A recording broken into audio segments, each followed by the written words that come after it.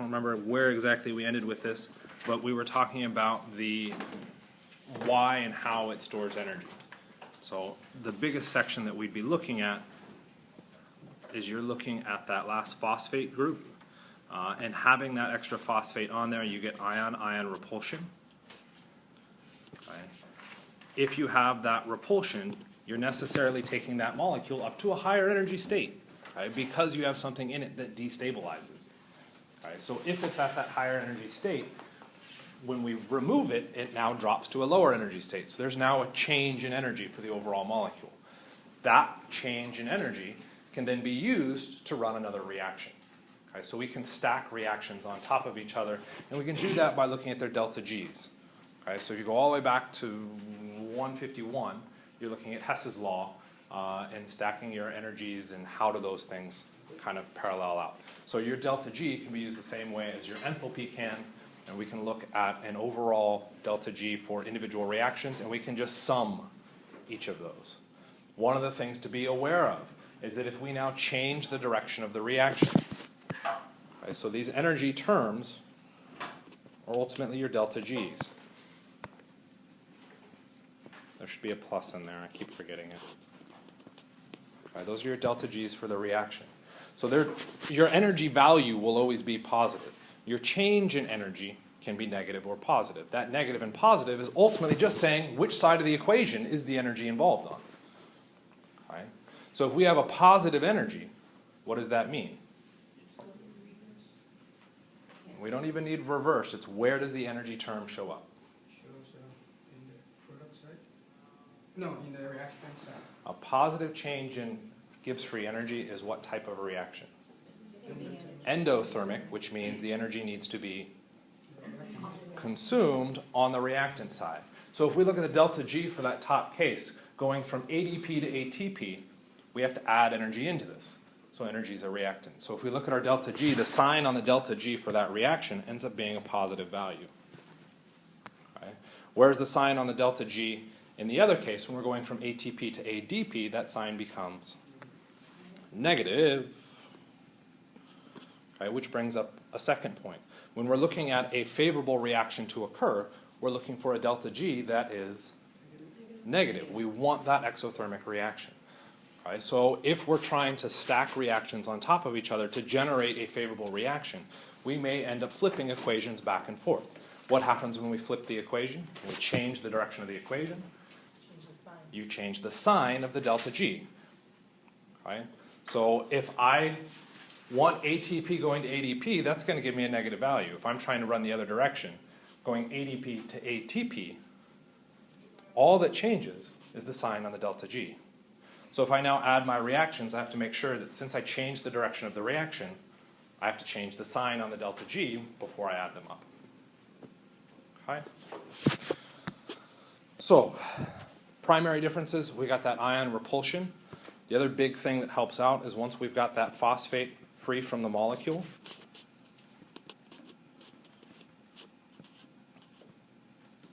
we've got a lot of resonance options within this structure. Whoops, that should be negative. That resonance does what to the overall reactivity of the free phosphate? Stabilizes it. Okay, so we can look at ATP being very high in energy because of some ion repulsion aspects within it. If we now jump across and look at the products, our free phosphate is very, very low in energy. So if we look at our reaction, what we've done is taken our reactant, which is which side, my left or right for you? Right. Okay. The reactants? Yeah. On the right. Yeah, that would be your right. My right, your right. left, My right? So your reactants are going up in energy, and your products are going down in energy, which means what happens to the reaction? It gets more exothermic. Okay? So we're looking at those different aspects to contribute to that change in energy. Okay? And what we then do is say that we can transfer that change of energy over to other reactions. Okay? Ultimately, what we're doing is just shuffling that phosphate around because that's our high energy bond that's allowing these things to happen. Okay? So one of the things that we could do is couple, and we'll see this when we move into glycolysis. One of the first steps of glycolysis is converting glucose into glucose 6-phosphate. Okay. Well, we said the phosphate has ion repulsion. So guess what happens with our energy is we go from glucose to glucose 6-phosphate. Which one should have the higher energy? Reactant or product? Okay, our product. Why does that become problematic? Well, if we look at glucose to glucose phosphate, or a glucose 6-phosphate, it's higher in energy, which means that reaction is Not favorable. not favorable. It's not going to occur very easily. Well, everything we're doing in biochem is trying to make a favorable reaction. It's got to occur somehow. So what do we end up doing? We couple this reaction with ATP, but we have to make sure to couple it in a proper fashion. Right? So if we look at how these reactions are drawn, we're going from glucose to glucose phosphate. It's an endothermic reaction. If we look at ADP to ATP, that is, careful, it's still endothermic. We're adding another phosphate. So if we looked at that diagram, right, and I'm kind of not trying to stack these, but it's sort of going to happen. We're looking at ATP being higher in energy than ADP. Also an endothermic reaction. So if I add these two on top of each other, we can't get the reaction to progress forward. Okay? So instead of running ADP to ATP, what are we going to do? We're going to reverse the reaction. So what we'll do is start with our high energy ATP, sorry, it's getting kind of crowded, and going to our very low energy ADP. Okay? And what ends up happening is our difference in energy for that reaction will either match or be greater than for that reaction. So now that when I couple these two reactions, the net result is that I move from my reactants to my products. And my products are now lower in energy than my reactants. I can now run that reaction across. Okay? That exact difference between those is going to be equivalent to adding the difference for our delta G in one of our reactions and the delta G for the other reaction. Okay? Kind of makes sense? We could go through and look at the various stages of ADP and convert that all the way down to AMP if we wanted. Not that big of a deal. All we're really trying to do is see how that phosphate ends up changing the energy of our reactants, or sorry, our energy of our substrates. Okay? Putting that phosphate on necessarily puts our molecule at a higher energy state. What we then do with that is then questionable. Okay? Are we using that as a storage place, or are we trying to push some kind of secondary reaction? Okay? Another step of the reaction. And since what we've done is change the bonding structure, we're looking at a single enzyme that's facilitating this, grabbing both the ATP and our glucose and facilitating that phosphate transfer. Okay? Why use ATP as our currency? Readily made. I Well, guess, so on demand. that is looking at a kind of concentration gradient of where we already are. Why use ATP in general? Why not use some other molecule? Why is ATP our primary one? But we could use other high energy molecules. I think this next slide has it. We've got a bunch of other high energy molecules. Why not use those as our transfer of energy? Easily made and easily broken down. So we could look at an easily made and easily broken down process. There's another aspect to this. Creation of free radicals. Could look at free radicals as well. You can pushing way on the chemistry end of it. What's the most common currency used in the US? It's the most common denomination. Probably looking at 20s. Why do we use 20s? That's ultimately what we're asking. Why is 20s a common denomination? It's easier to break down.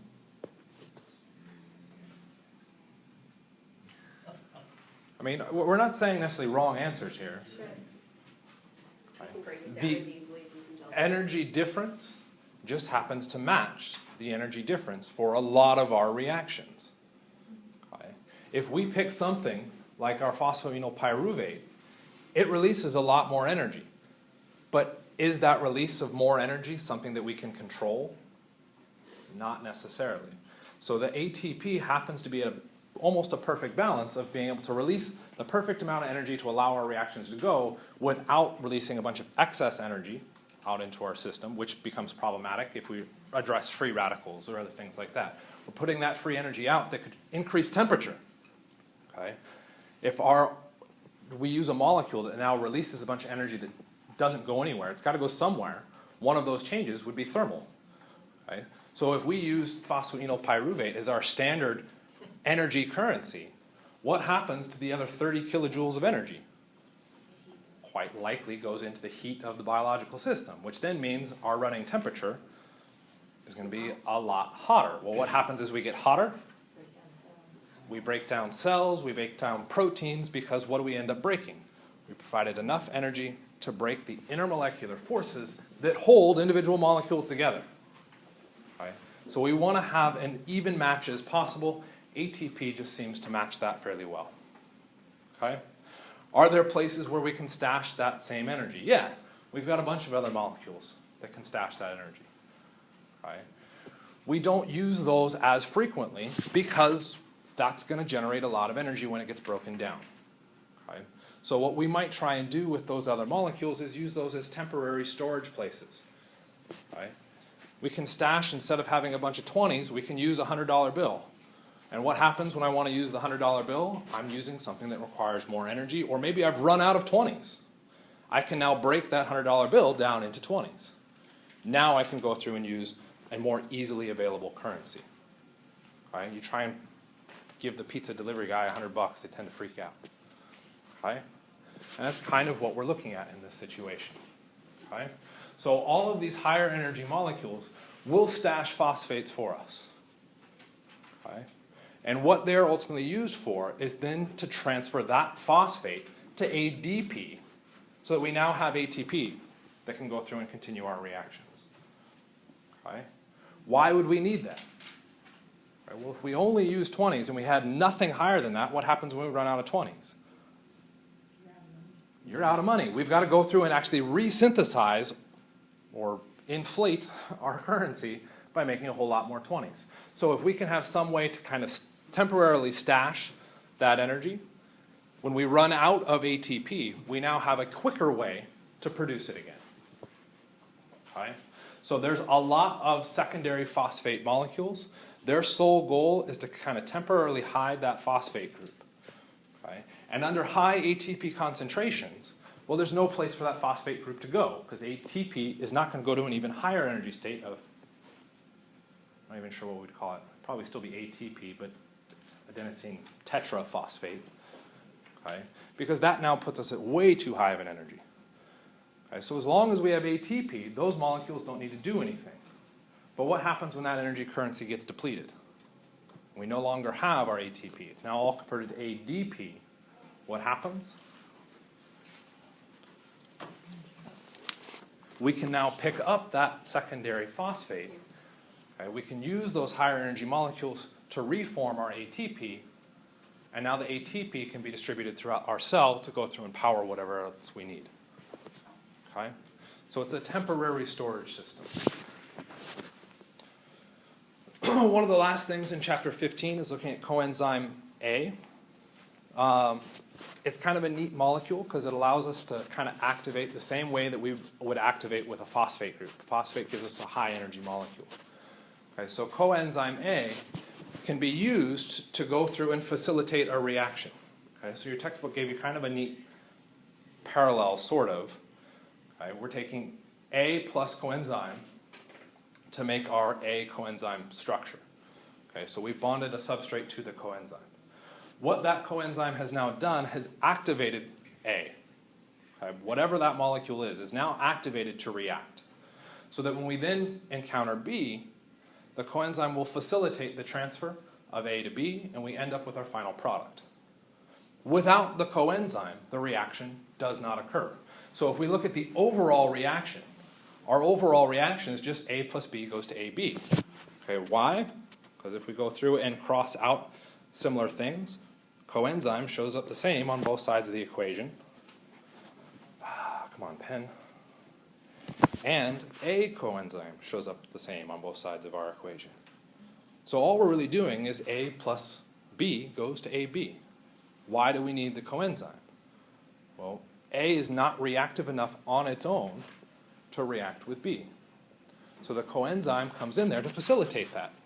So what kind of delta G might we expect for A plus B goes to AB? Net zero. What's that? Net zero. Not necessarily net zero. So what I'm not talking about the overall or with the coenzyme. We're just saying A plus B goes to AB. What would I expect for my delta G? If it's favorable, it'd be. If it's favorable, it should be exothermic, and the delta G should be less than 0. It should be negative. If it's a favorable reaction, do we need the coenzyme? No, that's true. Okay. So what do we think the sign is on delta G for our reaction of just A plus B going to AB? It's probably a positive value greater than 0. Okay. So it's a reaction that will not occur efficiently on its own. So what ends up happening is we can couple it with the coenzyme reaction, just like we did with ATP. Okay. So there's something about the coenzyme that generates a relatively high energy bond. Okay. Or said in other chemistry terms, easily made, easily broken.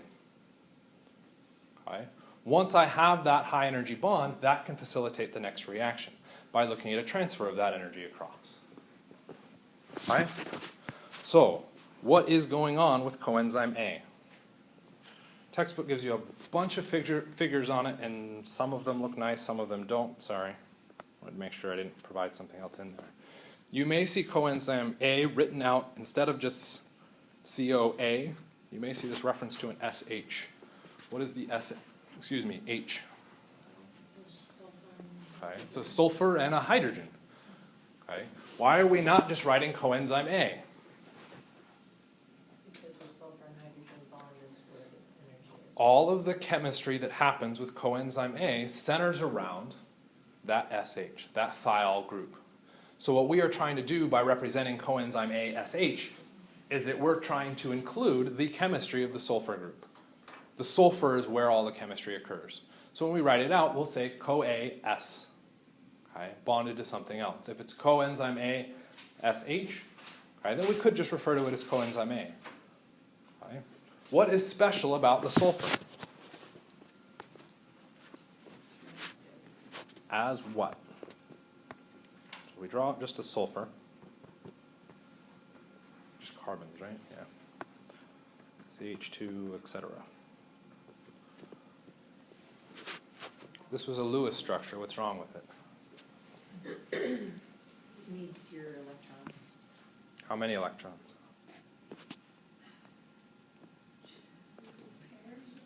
Why 2 pairs? Because it's 6. Anyone, 8. I can kind of accept that. We're trying to set it up to the octet. The other way to do this, you all drew tons and tons of Lewis structures in Gen Chem and organic. And in those Lewis structures, one of the most common ones you dealt with was with oxygen as an element. Where is sulfur relative to oxygen? Right below it. So what happens to its electron configuration? The exact same. We expect to see those 2 lone pairs. Okay. What does that do? Reactive as, okay, what do you mean more reactive? Why is it not just an oxygen? Because oxygen would have that exact same configuration, right? Why do we not have just an alcohol? Why does it have to be a thiol? Alcohol is less reactive, isn't it? As what? Nucleophile. What we're looking at here is our sulfur acting as a nucleophile, which is spelled close, but not quite. Okay. As a nucleophile. That can then go through and attack a carbonyl. Well, where do we have carbonyls? Everywhere. That's the chemistry of biochem. Okay? Carbonyls are everywhere. So what ends up happening is that we can then link this up to, most commonly, an acetyl group. Okay? What's now special about this new structure? Okay, so our thiol initially acted as a nucleophile. So our first step is now a nucleophile. what can this new molecule now do?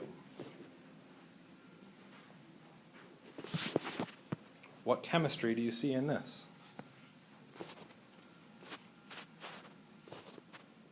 Can react to How? the double bond. What do you mean about the double bond? I like it. Keep going.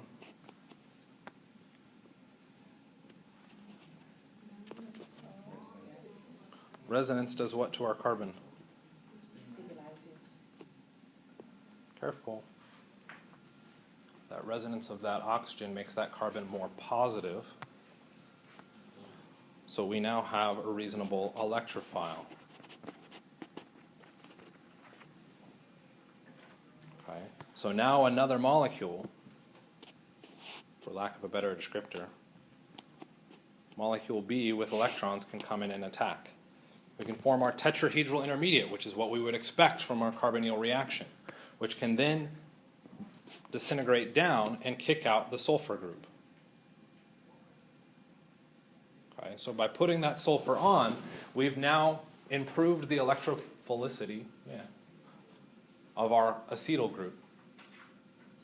Okay. But the added effect of that is not just that it's electrophilic, but now we've got that sulfur. What does that sulfur act as? As a leaving group. This is our characteristic of our sulfur. Now that it's in this last state, it acts as a leaving group, which I'm just going to write as Lg. Why would sulfur be a great leaving group? Or said another way, why is it better than oxygen? What's the difference? Sulfur is larger, which means we're dispersing that negative charge across a larger area, which means it is a better leaving group. Okay? So our sulfur, because it is polarizable, acts as a great nucleophile. Once it's now on, we've now activated the molecule because now we can kick that sulfur off because it's also a really good leaving group. Right? So we can facilitate the transfer of this acetyl group through coenzyme A. Okay? And that comes back ultimately to the chemistry of what's happening on that sulfur. So your textbook gave you another figure where they actually stepwise and showed all those individual processes all the way through it. Okay? So that sulfur acetyl group is a relatively high energy bond. Okay? Questions on that? Okay. Last thing in chapter 15 gives you this big transfer process because ultimately what chapter 15 was about was ATP. So there's our summary.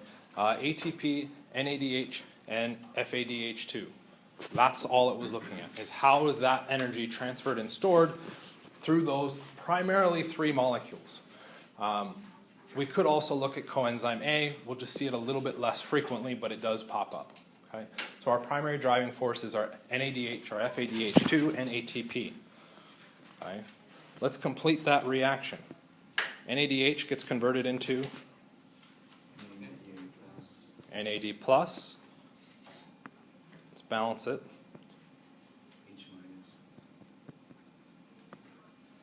FADH2. Careful. Oh, no, Careful again. It's FAD plus no charge. H plus plus H minus. A lot of the times you see them attached to just the H. It's an intermediate state for FAD. Oh, is it? That's what they Okay. do, is I think H. So they show the intermediate all the time? Typically not. Typically they're showing FAD, FADH2. Sometimes you'll see it as FADH, depending on what process it's going through. That's one of the features that's different between FAD and NAD, is because NAD can really only transfer a hydrogen with 2 electrons. FAD can do either. Okay? And it can do it stepwise. ATP goes to ADP plus our phosphate, which gets abbreviated with a P, go figure, and you almost always see PI. What's the I for? I also never really understood this, but Inorganic. it stands for inorganic. Okay. Because Clearly it's inorganic because it there's doesn't have carbon in it. no carbon in it. So yeah, I'm But we still don't not. say that with hydrogen, you know. Yeah, I know. It's and I think the reason being is that we can look at that phosphate coming from different sources. So ATP can transfer a phosphate to a molecule, but a molecule can pick up phosphate from someplace other than ATP. Okay, so that's kind of potentially one of the reasons why we separate it out. Okay, and we probably call it PI just because we need to add an extra symbol in there to not confuse the P with something else. Okay, so what's happening in each of these cases? NADH and FADH2 do what?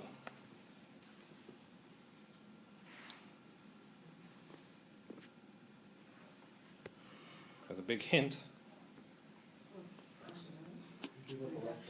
they give up electrons. Right? So they cause something else to gain electrons, which means they cause something else to be reduced. They themselves would be oxidized. Okay? What happens with ATP? Does ATP get reduced or oxidized? No. ATP runs on a different system. There is no reduction oxidation. For lack of a better description, we can just call it substitution. Okay. By transferring that substituting that phosphate at different positions, we can change the activity or the energy of the overall molecule. We take advantage of that energy as opposed to oxidation and reduction. Okay? So we need to understand how those structures change, because when we go through and look at the citric acid cycle, glycolysis, and all sorts of other processes, we need to understand how we are now changing and storing that energy. Okay? Questions? Okay. That is chapter 15. So we'll move into chapter 17. I do apologize for posting it at 1 in the morning, but I couldn't sleep, so that's when I did it. We've got kind of the overall summary. So your textbook has come through and put in some kind of nice figures. Some of them are nicer than others. So this gives us kind of a cool overview of all of the processes that are happening from beginning to end. Okay? We will be talking about each of these to varying extents. So we're looking in our first step at the first section of our glycolysis, our conversion of glucose over to pyruvate. We can then take pyruvate into the Krebs cycle, or we could take it into the anaerobic conditions, where we convert our pyruvate into other things. Okay?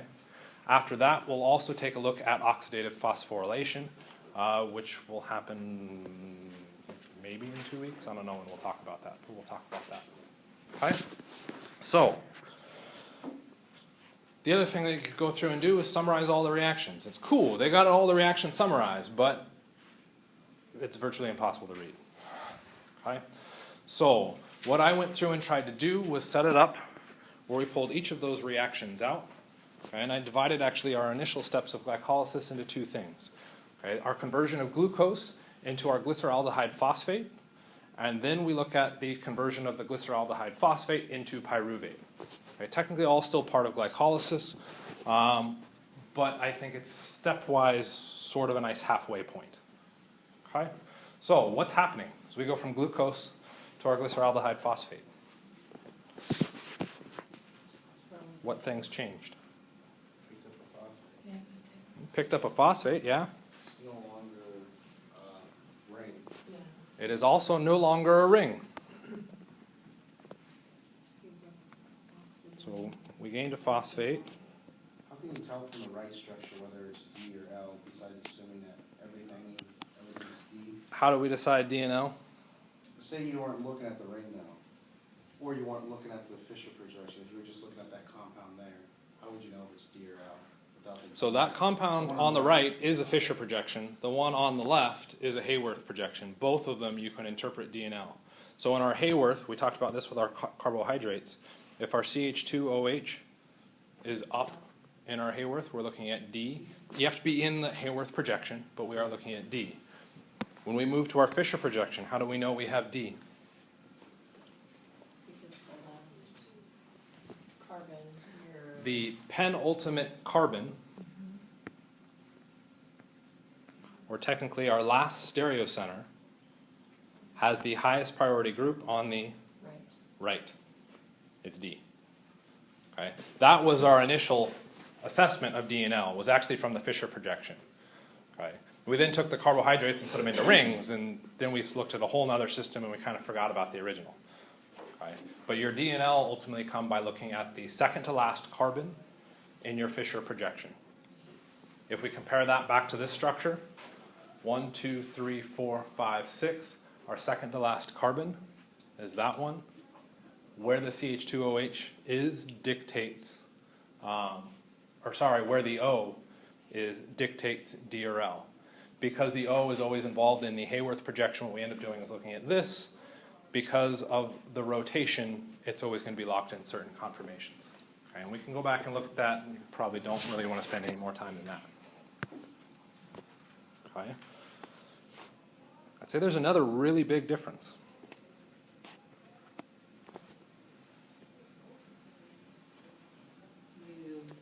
Almost all of your oxygens have lost their hydrogen.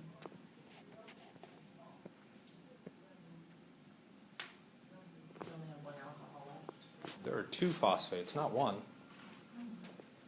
Where's that second phosphate? Said another way, how many carbons are in glyceraldehyde 3-phosphate? 3. How many carbons are in glucose? 6. Okay. There's 5 in the ring, and then 6 for your CH2OH. Okay. So why are there 2 phosphates? This equation isn't balanced. Are there 2 of those? There's 2 glyceraldehyde phosphates. Okay. You should be able to see this. Look for the patterns. There aren't 6 carbons. Okay. We have to recognize that we've lost some carbons there. Okay. There are 2 of the glyceraldehyde phosphates in this process. Well, if I have 2 of these, it's not just 1 phosphate that was put on. There has to be 2. Okay. So it's looking for those overall big changes. They do some weird stuff next door. Okay. So we're looking for those big changes and trying to see how those things can be facilitated and occur. Okay. So if we're picking up 2 phosphates, what might we expect is being involved in this conversion?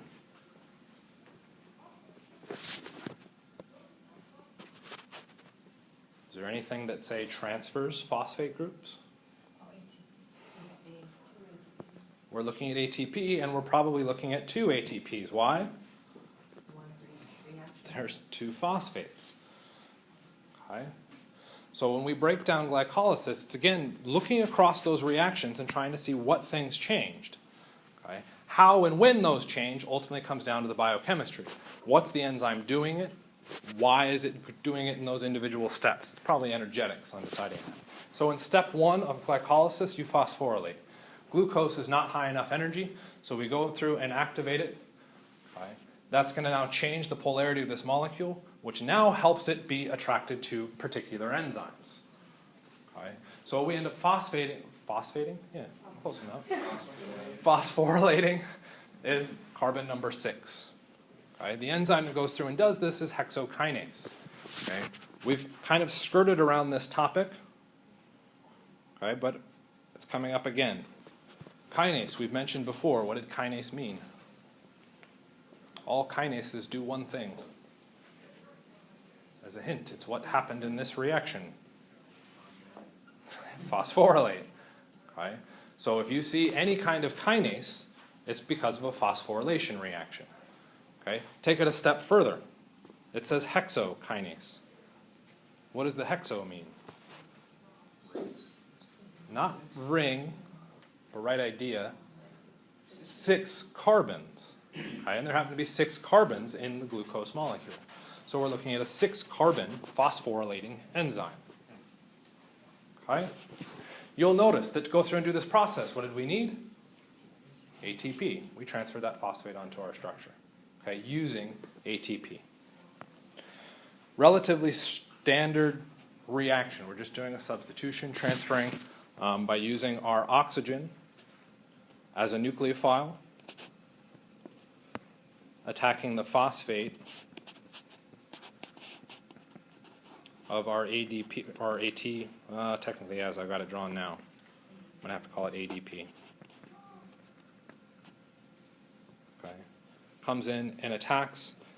We could do all the mechanism, but our net result is we end up kicking out our ADP, and we've now done the phosphate transfer. Yes, we've got some hydrogens jumping around, and you can push that mechanism further, but ultimately all we're trying to see is the big picture.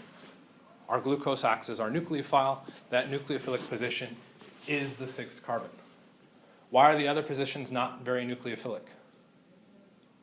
Is it part of a ring?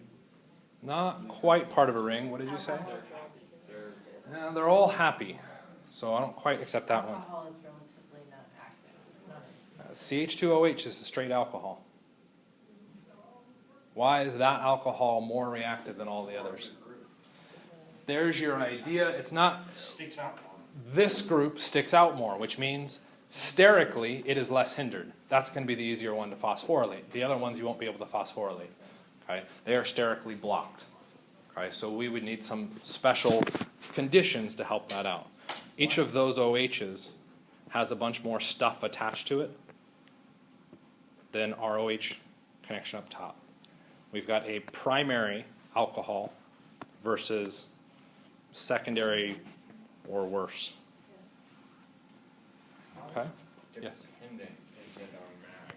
Because I see that up there. It's important. You need the Do you use magnesium. calcium or anything? I don't know about that. Okay. Yeah.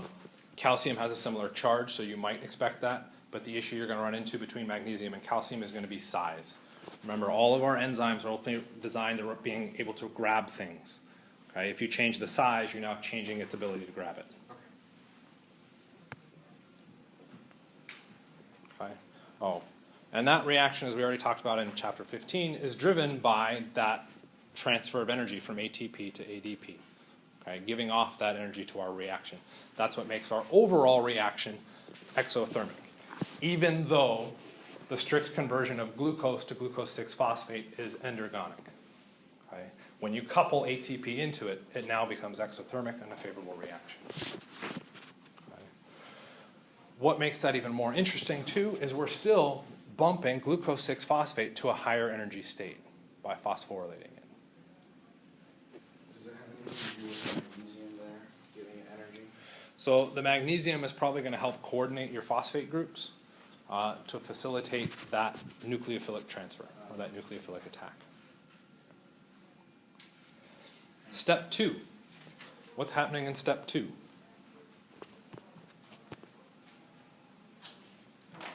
going from a 6-membered ring to a 5-membered ring? True, we are changing from 6 to 5, but to change from 6 to 5, is that all we're doing? This gets a little bit weird looking. Okay. Well, you're adding another alcohol. Technically not actually adding another alcohol. The net change is we end up with the exact same number of alcohols. Your carbon instead of your carbon 1, your alpha carbon, Let me make this smaller. is changing position. Your carbon 2 becomes your alpha carbon. Remember, glucose is an aldehyde. What happened when we moved to fructose? Was reduced. You're making another steric site now. We're actually losing a steric site. Yeah. We went from an aldehyde to what functional group? A ketone. Okay. All we've done is isomerized our structure. Okay. Kind of a tip off on that. What's the enzyme name? Isomerase. Okay. So sometimes our enzyme names are helpful. Okay. It is doing an isomerization reaction. To go through and do that, we could go through and evaluate the chemistry on it. I think we've got some other places where we can look at the chemistry. It's a little bit more interesting than this one. Okay. But you are kind of shuffling some electron density around in kind of a bizarre fashion. See if I can see this right. Oh, I'm looking at the wrong one. That's why I had a hard time with it. Let's try shifting over here. Okay. Our net result is that we end up forming an aldehyde, and then these electrons get kicked out and pick up H+. This carbon, OH, is this carbon, OH. Okay. So it's kind of odd because we are doing an oxidation, but at the same time, we're doing a reduction. Okay. Our red carbon, we increase the number of oxygen bonds.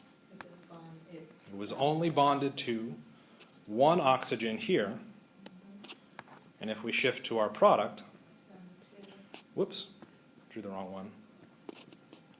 It's bound to 2 oxygens. So we have done an oxidation.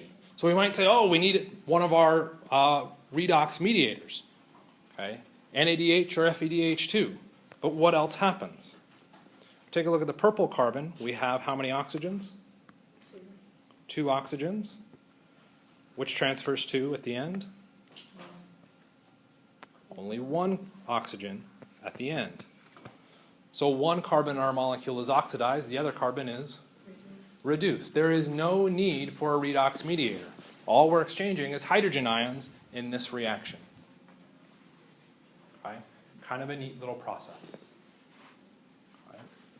Once we're now at the fructose, okay, this could be interesting. Why might we need to go through and do this? Well, think back to our overall reaction. How many phosphates did we need in our structure? The end of the result. 2. What did we say about phosphating any of the alcohols off of our ring? Sterically hindered. Not going to happen. What happens when we move to fructose? We now have a less sterically hindered alcohol. Guess what happens in the next step? You phosphorylate that position. All right? Now that it's phosphorylated, we can continue through. And this is going to be the same kind of reaction that we did before. We've got a kinase within this. Right? Okay. And they go through, and of course, some of the name kind of makes sense. Some of it doesn't. The kinase is our phosphorylation. Fructo, because you're looking at a fructose being phosphorylated. Okay. Actually, not quite sure why they decided to add the phospho in this case. Yeah, it is a bit redundant. That's why I was not sure why they added it in there. Okay. Pretty sure, I don't think I've got a slide on that yet. Okay, I'm pretty sure it's step 3 that is a pinch point in your reaction. Okay, we'll come back to that, or a control point. And step 4 is ultimately now the cleavage. Okay, that's when we go through and break open our 6 total carbon starting material and break it into the 2 3-carbon pieces. Okay, why did we need to wait until this point? You needed that ring. The fructose, you needed that second phosphorus. We needed the phosphate groups to up the energy of the molecule. Once the energy is now up high enough, now it can start to decompose and separate into those individual pieces. Okay, so let's take a look at our 2 pieces. Okay, first off, are they the same? No, they are different from each other. Okay, which is kind of odd because if we looked at the summary that we started with, I only showed you 1, and I said there were 2 of them. We now have 2 pieces, but they aren't the same. So guess what's going to have to happen after this? You're going to have to convert one to the other. So we end up with 1 piece, or 1 type of piece. So where does our cleavage happen? Okay, in the carbon ring. Where in the carbon ring? So you can kind of cheat because it's numbered for you. Yeah, between the oxygen and carbon 2. So if you say oxygen and carbon 2, what I'm saying is, to me, what you're saying is you're breaking that bond. Oh, no, oxygen within the ring. Okay. We could go through and break that, and I think to actually see this reaction, it's helpful if you break that into your Fisher projection to look at that reaction occur. Because one of the important side chains is looking at lysine and cysteine, helping to transfer this. Lysine, if you remember, has what as a functional group? An ammonia group. That nitrogen acts as a nucleophile with that nucleophilic nitrogen. It actually attacks our anomeric carbon, and what we end up generating is an equivalent of a Schiff base, which is what's facilitating the breaking of our ring. Where does our ring break open? So yes, that is one bond, but ultimately all that is a way to stabilize our straight chain form. Okay, so that bond is easily broken. What other bond needs to be broken? So good catch on that. For some reason I never see that one. Breaking between 3 and 4. That seems difficult. It does seem really difficult for that process. Okay, so let's take a look at our product. Carbon number 4 is what functional group? An aldehyde. So what changed about carbon number 4? What had to happen?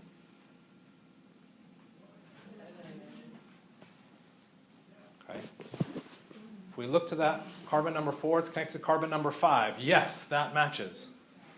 Carbon number 4 is connected to an oxygen. Yes. Double bond versus single bond. Connected to a hydrogen. Yes. What's the bond that changes? The carbon to oxygen bond and the carbon to carbon bond. So we break our carbon to carbon single bond, and at the same time, we form the double bond between the oxygen. So now the question is, how do we do that? So where's the H on the oxygens? So, that's what you were saying by lost hydrogen, sorry. So this comes back to probably an argument on what should have been discussed in organic chemistry. Your transfer of hydrogens as acids, stupidly fast. Okay. So that is one thing that we typically tend to ignore, is the loss of a hydrogen off of an oxygen, because that hydrogen is relatively acidic. It is important because the formation of that pi bond is ultimately coming from the OH bond, not the carbon-carbon bond. Okay. Why? If we took those electrons and brought them up to that oxygen, how many electrons would be around that oxygen? 7. We would have too many electrons. We'd have 10 electrons around it. We would have exceeded the octet. What has to happen? We take the electrons from the hydrogen first and kicks out the carbon. to form the pi bond. But then that carbon has too many bonds. So we have to break a bond. Well, when we think back to organic, we think, we break bonds in such a way to generate stable intermediates, all that fun jazz. Okay? In this case, we know we're breaking this bond. And everybody's screaming, that generates an unstable intermediate. Okay? We're shuttling those electrons across. Okay? So if we look at that result, what we end up forming, let's make sure I line up our carbons right. And our product, is that carbon 3, we have only one hydrogen and a lone pair of electrons with a negative charge. Can carbon hold a negative charge? No. This is part of the screaming, oh my God, I can't do this. Except,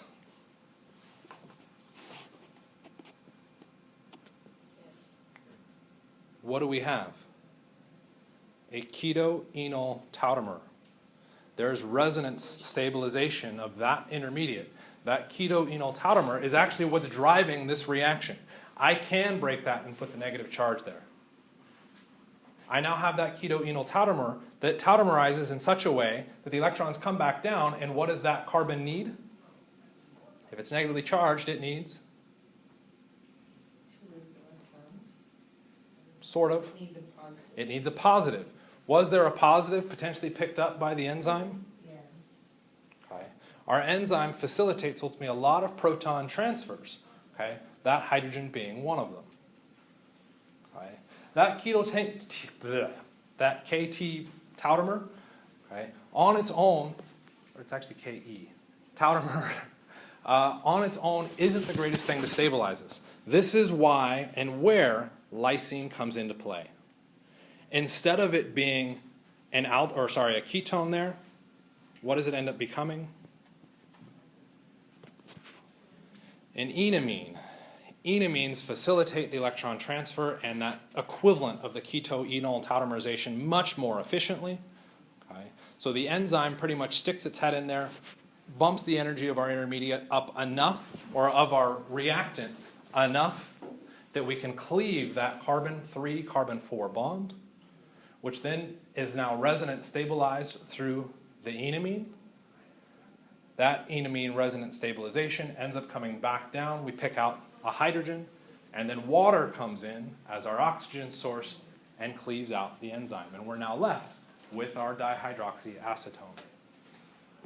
Okay. Fascinating little reaction there. We just looked at kind of the overarching pieces of it without getting all the way into the details. Okay.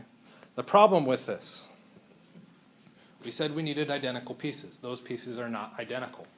Anybody remember which piece we needed to end glycolysis, quote unquote, with? I know you want to say pyruvate, but let's look at the intermediate step. It was our glyceraldehyde 3-phosphate. This just happens to be how I decided to break the steps up, because we end up with 5 steps and 6 steps as opposed to 10 steps. Okay. What is the difference between dihydroxyacetone and glyceraldehyde phosphate? The 2 carbon has to have alcohol attached to it in the... Yep. I need to do this conversion, and ultimately this needs to become NOH, and this needs to become a double bond. What are we doing by doing that conversion? Oxidation, reduction. We're doing an oxidation and a reduction. When did we do an oxidation and a reduction? Way back when. Second step. We did that here. Okay. What we're doing is isomerizing, I think they actually call it DAP, dihydroxyacetone phosphate into glyceraldehyde phosphate. So in our last step, we have yet and again another isomerization to do that conversion across, and go figure, what's the name of our enzyme? Isomerase. Okay. We could look at the rest of the pieces, so since it sounded like some people were about to jump on what the rest of those pieces are, let's break that down. It says triose. What is triose? A 3-carbon sugar. What is dihydroxyacetone phosphate? A 3-carbon sugar. Okay, a 3-carbon sugar with phosphate. Triose, phosphate, isomerase. Okay? So sometimes the enzymes kind of make sense in their naming. They are still kind of hand-wavy in a lot of cases, but we at least have some connections here. So we're still going through yet another isomerization reaction to get us to the glyceraldehyde 3-phosphate. You're going to be doing the same type of reaction that you did before. Okay, we can push our electrons down, okay, which then kicks out. What did I miss here? You're going to kick out the hydrogen, one of the hydrogens. Where am I? First? No, I guess, is that a key? Are you going to do Oh, shoot. polymerization? Well, let's just not worry about it then. It's too early or late, depending on your perspective. Okay. So we won't stress about the arrow pushing on that one. Okay. So we end up converting across to our glyceraldehyde 3-phosphate. We're looking at a relatively small delta G. Okay. So it may not be super favorable, so we are looking at kind of an equilibrium between these. Okay. Since we aren't doing a whole lot of energy transfers on it, we don't really see a whole lot. Okay. So within that, the key intermediate in this sequence is, what is that? Step 3. Okay, converting fructose 6-phosphate into fructose 1,6 bisphosphate. Okay, that is our key step. Okay, there's a couple big reasons behind why. ATP is involved. So if we're in a system where we don't have a whole lot of energy around, doing this conversion may or may not make sense, because we're now going to lose some ATP in the process. Okay. So it is controlled by ATP, and it is also controlled by the fructose 1,6 bisphosphate, which would be known as... we could go through and look at an abbreviation of it, but what type of inhibition would that be? if fructose 1,6-bisphosphate controls this enzyme? If the product controls the enzyme of its own reaction. We've got a feedback inhibition on this. Okay. Why would we want this control? The fructose 6-phosphate can be used in other pathways. Okay. So if for some reason we don't need a whole bunch of energy, we don't want to push to the next step because the fructose 1,6-bisphosphate can really only be used through glycolysis. So as soon as I push that reaction, I'm now committed to generating energy. Whereas if I don't need that energy, there's no point in making it because again, thermal, all sorts of other issues popping up with excess energy floating through our system. This molecule can be used somewhere else and isn't a big, massive warehouse of energy. Okay? So that is one of our kind of pinch points in our reaction. Okay? Depending on the dynamics and the concentrations of other species around, we either continue to push forward or we say it's not worth it, we don't need that energy, can go into storage. Okay? It is a popular enzyme to reference. Your textbook makes mention of this. I wanted to find a little bit more information about it, but decided again wasn't worth it. Okay, you're looking at a tetramer, which means the enzyme phosphofructokinase is composed of 4 individual subunits. Those subunits have been given different names, ultimately M and L. So there's really only 2 possible subunits that can go into this. Okay. If all 4 of them are M in our tetramer, what we find is the muscle version of this enzyme. So its activity is slightly different, okay, because we need to generate energy in that case. We aren't concerned about storage. If we move to liver, okay, or a different organ within our body, we end up seeing a slightly different balance of those individual subunits. Okay, and that's because muscles and livers do different things. Okay, and they're all going to be balanced around glucose and what we want to do with it. Okay. One of the words that comes out of this is isozyme. What we're looking at is different ways that we can possibly combine M and L. Okay. So you could have M3L, where one of the polymer units is the L version, and one version is the muscle. Okay. So you may see that pop up. Pyruvate conversion. Okay. So this is still part of glycolysis, but your textbook kind of separated it out, and I thought it was a nice, even place to break it. So if we go ahead and break it here, what we've got is now our pyruvate conversion, or what I'm calling pyruvate conversion. Not sure I like that name, but it's close enough. We're starting with our 1,3-bisphosphoglycerate, and we're trying to convert it over to pyruvate. So again, what things changed? Okay. That's a real quick thing. You're losing both your phosphate groups. We're losing both phosphate groups. What might we be losing those phosphate groups to? We might be losing them to ADP in the formation of ATP. So we put in some ATP to go through and do these conversions, but now that we've got our molecules coming out of this, we can double our output. We need 2 ADP molecules. We need 2 ADP to convert one of these molecules across. But remember, how many of these molecules did you start with? 2, because glycolysis split it in 2, so we need 2 ADP molecules, okay, to do that conversion. What else changed? Okay, so we for sure lost the phosphate, so I'll circle that phosphate as such, and the other one's a little weird. A carbonyl. So our alcohol becomes a carbonyl. What else happens? Your terminal carbon there gains a hydrogen. Or loses an alcohol. Loses an alcohol. That's right. So we're doing a lot of individual conversions to get our bisphosphoglycerate over to our pyruvate. Okay. So what we need to be thinking about is what things are going to facilitate those exchanges and those transfers as we go through the next, I think, 6 steps. Okay. So, wait. Well, that's shown in reverse. That's awesome. Sorry, I didn't catch that. If we try and convert our really?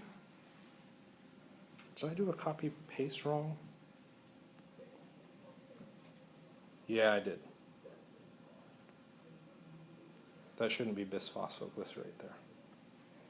What should that piece be?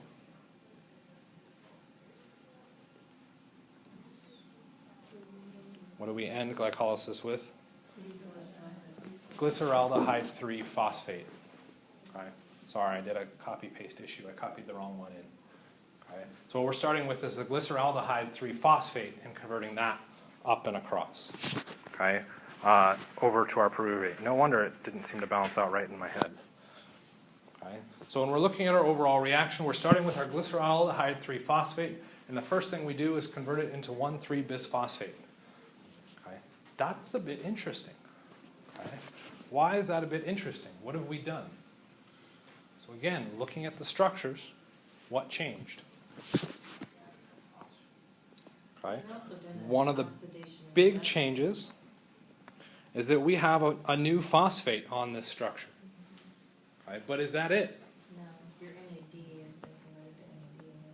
So why did the NAD get converted into NADH? Okay, it's not just putting on that phosphate. Okay, because remember, your phosphate is going on as effectively PO3.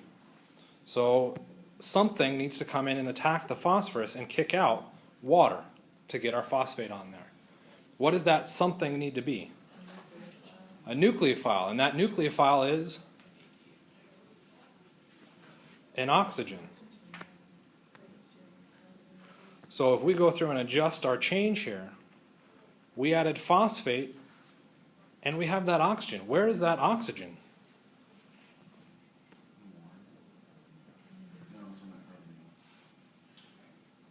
Is it the carbonyl?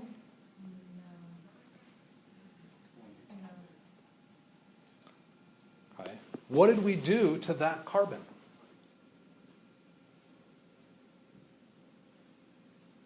So look at what happened to that carbon. How many oxygens are attached to it? Careful. 2. We have 2 bonds to oxygen versus 3 bonds to oxygens. What did we do? We oxidized it. Okay. So we had to lose electrons. Where did we lose those electrons to?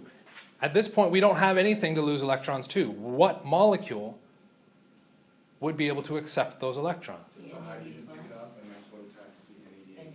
It's not the hydrogen picking up electrons, it's the NAD+. Because the NAD was reduced to NAD. The NAD+ was reduced to the NADH. If NAD+ was reduced, what happened to happen? What happened to our phosphate or our organic molecule? It was oxidized. So we're looking for that transfer. So this reaction, okay, this enzyme process is doing a lot of stuff. We're transferring a phosphate group and we're doing an oxidation reaction. Okay? A lot of stuff is going down in this one. Okay? Now the question becomes, how does it go through and go down and do all of that fun stuff? Okay? Well, the first thing that's going to have to happen is we're going to have to oxidize that carbon. Okay? We need it to be oxidized before we can attach the phosphate group. So to do that, we need to somehow get rid of a hydrogen. Okay? And are we getting rid of it as H+? Said another way, what changes about NAD+? It goes to NADH by accepting, careful, don't tell me hydrogen. It's not H+. It's accepting hydride. Okay, we're getting an H- coming out of this. Okay. So if we want to get all crude and nasty with it, we could have water do some kind of wicked attack, which then kicks out H- to our NAD+. We would then have our carboxylic acid. Once we have the carboxylic acid, we now have an oxygen nucleophile that can react with the phosphate. Okay. Interesting question on this. Our phosphate, where did it come from? ATP might be our natural inclination, but do you see ATP at all in this reaction? No. Where does the phosphate come from? It is free-floating inorganic phosphate. So how are we getting this reaction to work? You're taking the energy of your oxidation reduction reaction, which is facilitating the addition of our phosphate, or substitution of our phosphate to our structure. Okay. Why does this become further important? If we don't put that second phosphate group on, I can get the formation of one ATP, but how did I get the first phosphate group on to begin with? By taking it from ATP. Okay. So if we take that phosphate on and off, all we're doing is a net no change of our ATP balance. We need another phosphate coming from some other source. It has to be a free-floating phosphate. If it comes from ATP, we're getting a net zero change in our ATP, or our energy production. Okay? This enzyme is much more complicated to this. You're looking at cysteine being very intimately involved, okay, which is facilitating all of the exchanges of atoms around that. So what we just drew through here was a very, very crude mechanism, ultimately showing what had to happen. The oxygen needs to come in and attack to kick out the hydride. Okay? That reaction is not done very easily. So what happens? Cysteine, with its what residue? Thiol residue, acts as a nucleophile, activates the carbonyl, which will facilitate the transfer of the hydride to NAD+. Once the hydride's transferred across, we can now have water attack and kick out the cysteine.